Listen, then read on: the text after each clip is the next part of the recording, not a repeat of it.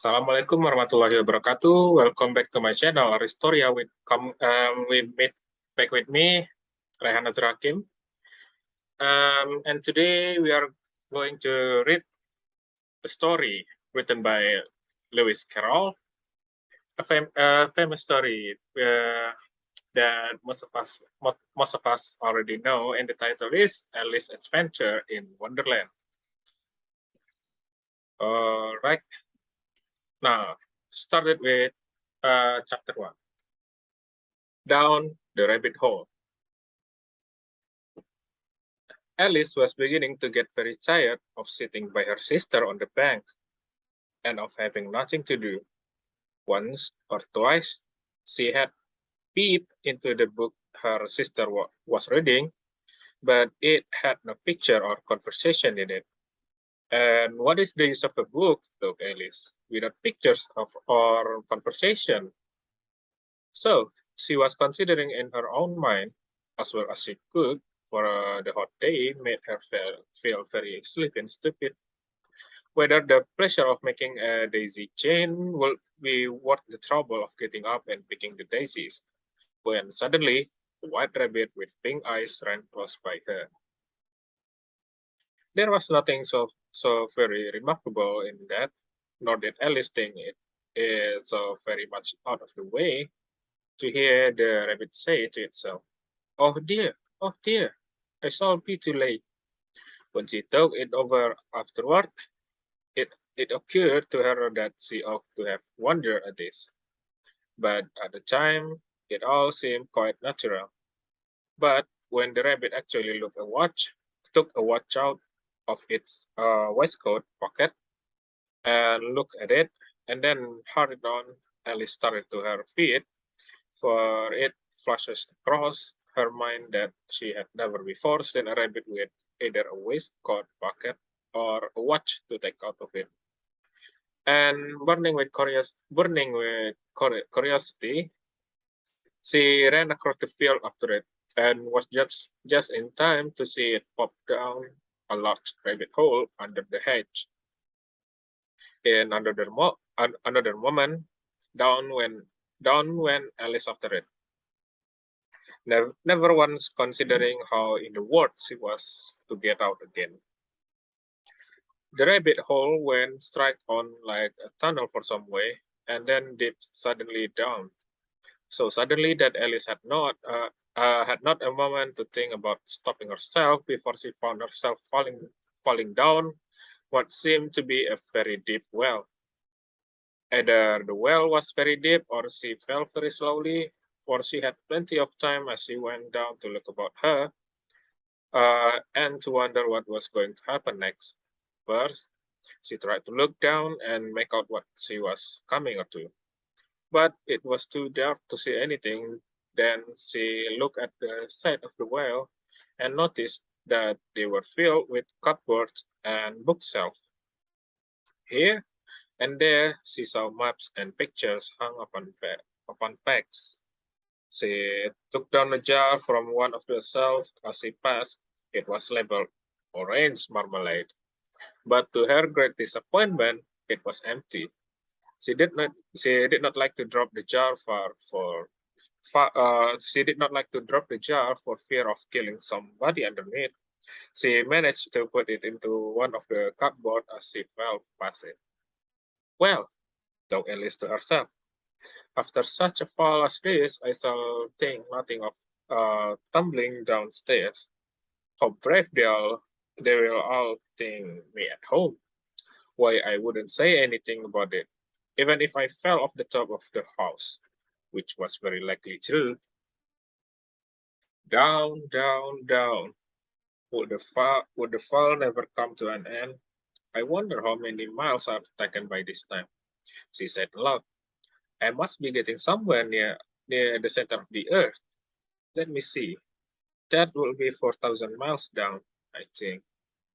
For, you see, Alice had learned several things at this sort in her lesson in the schoolroom, and though this was not a very good opportunity for showing off her knowledge, as there was no one to listen to her.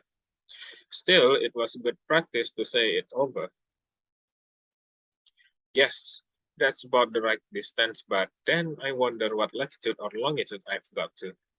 Alice had not the slightest idea what latitude was or longitude either, but she thought that they were nice grand words to say. Presently, she began again. I wonder if I shall fall right through the earth. How funny it will seem to come out among the people that walk with their head downwards. And the antipathies, I think. She was rather glad there was no one listening this time, as it didn't sound at all the right word. But I shall have to ask them what the name of the country is. You know, please, ma'am, is this New Zealand or Australia? And she tried to curtsy as you spoke, fancy curtsying as you are falling through the air. Do you think you could manage it? And what an ignorant little girl she'll think me for asking. No, I it will never do to ask. Perhaps I shall see it written up somewhere. Down, down, down. There was nothing to do, so Alice soon began talking again. Dina, uh, Dina will miss me very much tonight. I should think. Dina was the cat. I hope they'll remember the saucer of her saucer of milk at tea time. Dina, my dear, I wish you were down here with me. There are no mice in the air, I'm afraid, but you might catch a hat, and that is very like a mouse, you know. But do cats eat bats? I wonder. And here Alice began to get rather sleepy and went on saying to herself in a dreamy sort of way, do cats eat bats? Do cats eat bats? And sometimes do bats eat cats?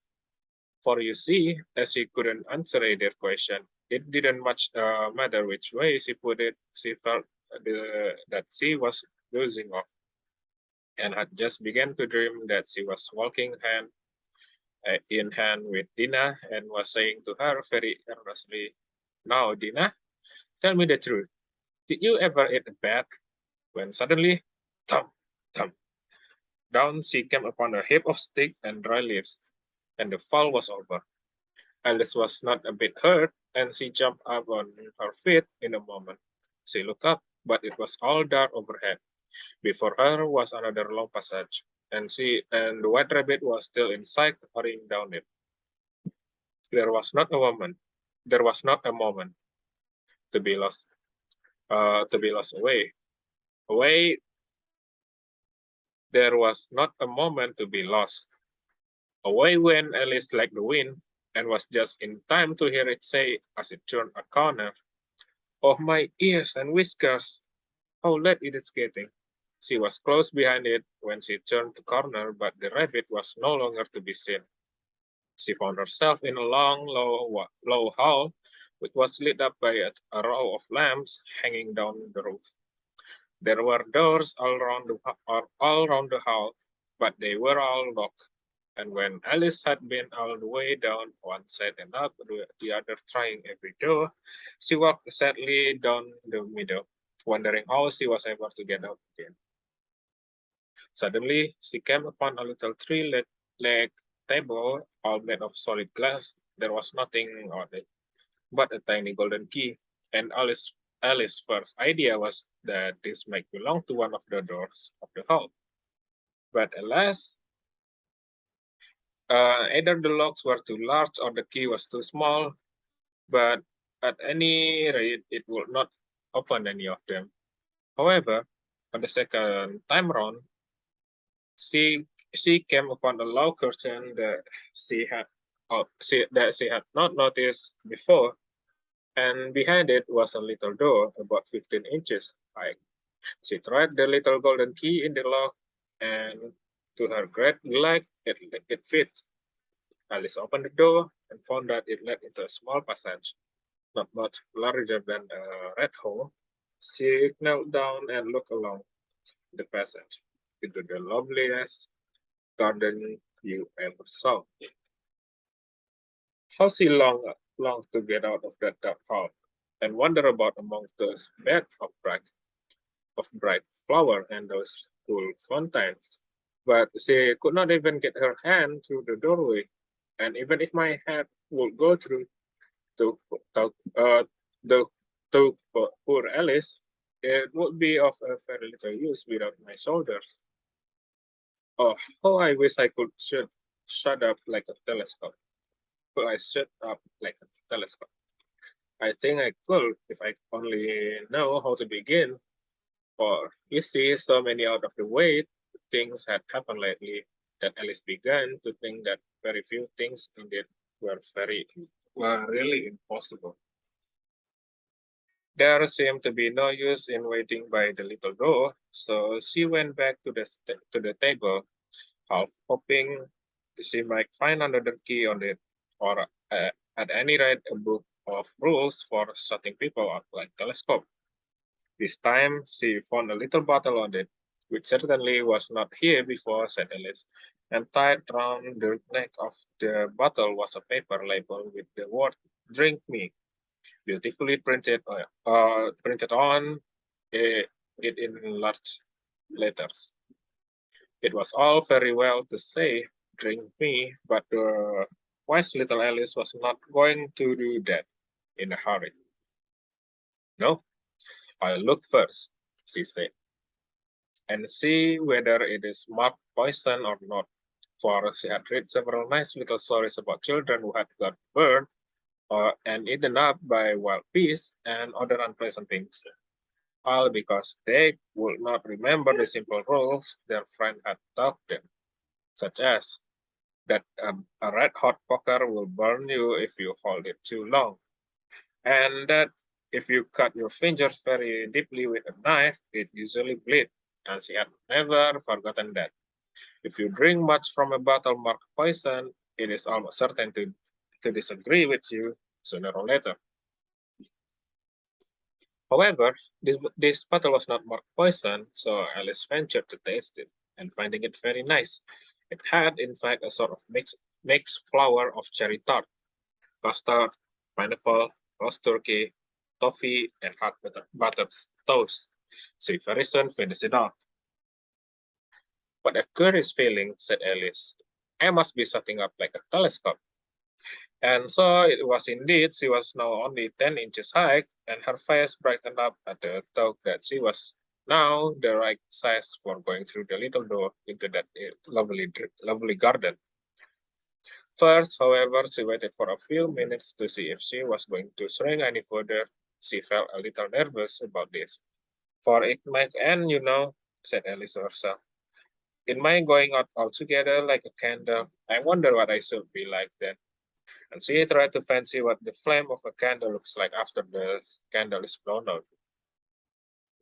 For she could not remember ever having seen such a thing. After a while, finding that nothing more happened, she decided on going into the garden at once. But alas, for poor Alice, when she got to the door, she found she had forgotten the little golden key. And when she went back to the table for it, she found she could not possibly reach it. She could see it quite plainly through the glass, and she tried her best to climb up one of the ledge of the table. But it was too slippery, and when she had tired herself out with trying, the poor little thing sat down and cried. Come, there is no use in crying like that, said Alice to herself, rather softly. I'd advise you to leave off this minute.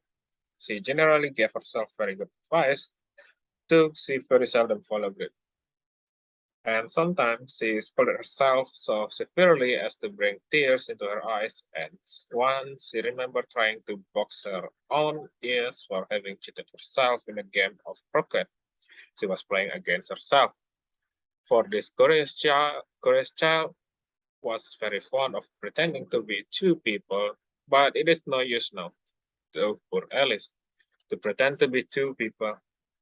Why, there is hardly enough of me left to make one respectable person. Soon her eyes fell on a little glass box that was lying under the table. She opened it and found in it a very small cake. on which the words "eat me" were beautifully marked in Quran, Quran, Qurans. Well, I'll eat it, said Alice, and if it makes me grow larger, I can reach the key. And if it makes me grow smaller, I can creep under the door. So in a way, I'll get into the garden, and I don't care which happens. She ate a little bit and said anxiously to herself, "Which way? Which way?" holding her hand on the top of her head to feel which way it was growing. And she was quite surprised to find that she remained the same size. To be sure, that is what generally happens when one eats cake. But Alice had got so much into the way of expecting nothing but out of the way things to happen that it seemed quite dull and stupid for life to go on in the common way. So she set to work and very soon finished off the cake.